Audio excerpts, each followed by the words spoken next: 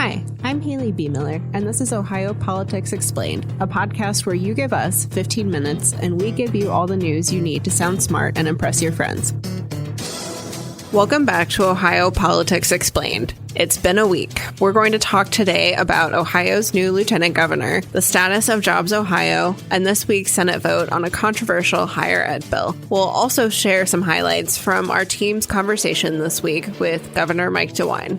Back in the studio today is Erin Glenn. Hey, thanks for having me. Where even to begin with this week? Let's kick things off with the new LG, Jim Tressel. DeWine surprised all of us by choosing the former Ohio State football coach to serve as his number 2. Tressel retired as president of Youngstown State in 2023, and DeWine said he's bent Tressel's ear over the years on education and workforce issues. It sounds like Tressel was equally shocked. Yes, Tressel's been retired as the president of the Youngstown State University last year. So he's been, in 2023. So yeah, it seems like he's been active in higher education for the last part of his career. But not politics. And at least the story that reporters got at the news conference announcing this was that the governor arranged a meeting with Tressel, didn't say what it was about. Tressel, I think, thought that DeWine just wanted to come, watch his grandkids play sports or something, and DeWine asked him to be lieutenant governor. Everybody be on your guard. You could be asked to be lieutenant governor at any point. What do we know, if much of anything, about Tressel's policies or how DeWine might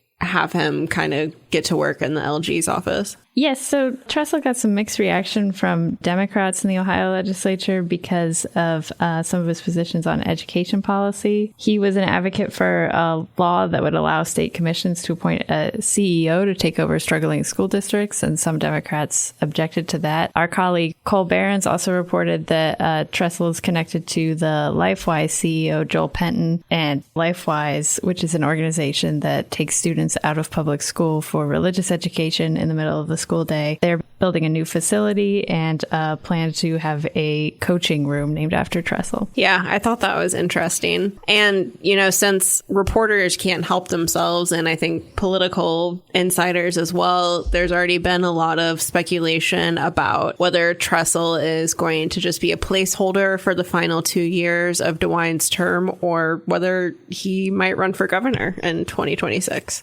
Right. He could jump into what is already a pretty crowded field, which would be interesting, to say the least.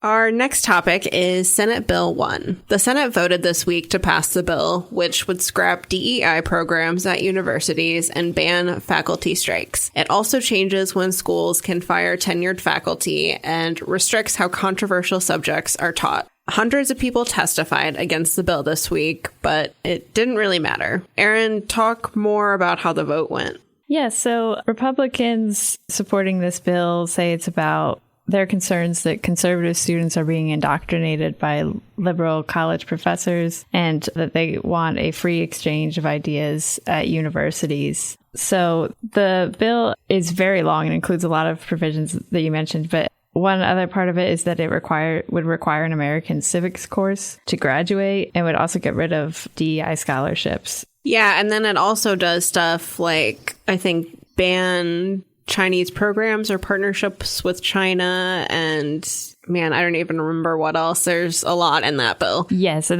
I know Miami University has a Confucius Institute. I think a couple other public schools in Ohio have the same kind of programs. Yeah, and as a reminder for listeners, this is basically Senate Bill 83 2.0 from last session. The Senate really wanted to get that passed last year, but the House, particularly former House Speaker Jason Stephens, was a big obstacle to that. They tried to compromise a lot. It didn't get anywhere. And so Senator Jerry Serino, who sponsored 83 and now Senate Bill 1, came back this session and was basically like, I'm done compromising. And I think, we'll see what happens in the House, but we know that House Speaker Matt Huffman is a proponent of this, or at least was a backer of Senate Bill 83. And let's pivot to JobsOhio now. A quick refresher in case you're like, what the heck is that? JobsOhio is the state's private economic development arm funded by state liquor profits. Former Governor John Kasich created it to help Ohio attract businesses without all the government red tape. So why are we talking about it? A state panel this week approved a 15-year extension for its lease on liquor profits, which basically means it can keep doing what it does. But there were some people against this. Why? Explain why. Yes. So Attorney General Dave Yost felt that this extension was one-sided and too beneficial to JobsOhio. For context, the initial contract was supposed to expire in 2038. So now it won't expire until 2053. So quite a ways out. Democrats have also questioned how effective the program is and whether this lengthy extension had to be approved immediately. And the nonprofit has also been criticized for its lack of transparency with deals because they usually only announce the details after everything is finalized. But officials argue that it's generated billions of dollars for the state and that companies have committed to adding another 63,000 jobs in Ohio. Yeah, JobsOhio is weird.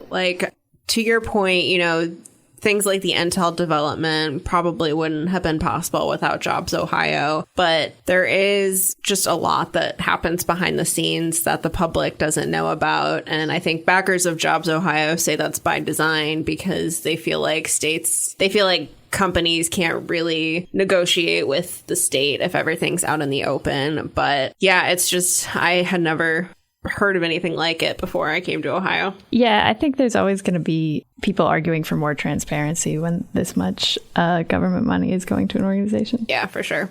Okay, our final topic today is DeWine. Our team spoke at length with him this week on a whole host of issues, particularly the state's upcoming budget. What were some of the big takeaways for you? Yeah, the governor said that he wants to double the sports betting tax and use that money to pay for stadium improvements and also youth sports education. And he mentioned a refundable child tax credit that he wants to pay for by raising the tobacco tax. It was interesting that I thought that DeWine said that Ohio doesn't need tax cuts to attract businesses, that he thought the state was doing fine without any income tax cuts. Yeah, Republicans, as they have in the past, are considering more income tax cuts for this upcoming budget. We have 2 tax brackets now, and they want to flatten it to just one tax of, I think, 2.75%. And, DeWine is like, the thing I'm hearing from businesses is not that our taxes are too high. It's that we need more skilled workers. And you can also only cut taxes so much before you just run out of money. Right. And I think Republicans are arguing that taxes should be cut for people making more than $100,000 a year. Is that right? Yeah. And another thing that DeWine said that was interesting to me was related to taxes, but it was about the marijuana tax, which, as we've talked about before, he wants to increase that and change how the money is spent. Some local governments are really frustrated by this because his plan would scrap funding for dispensaries that host communities. But DeWine basically said, well, I don't think the voters voted on how the money should be spent. I think they just wanted legal marijuana. And I think there are probably some Ohioans who would take issue with that argument. Right. Yeah. And DeWine said that he wants that money to go to more police training and jail construction and the suicide lifeline. So it'll be interesting to see how voters respond to that kind of reallocation. And one more thing before you go. Ohio's 2026 races are constantly changing. Former Senator Niraj Antani said he's dropping out of the Secretary of State's race to run for treasurer instead. This comes after the current treasurer, Robert Sprague, announced that he's running for Secretary of State. And Senator Christina Rogner is also throwing her hat in the ring for treasurer. What a tangled web we weave.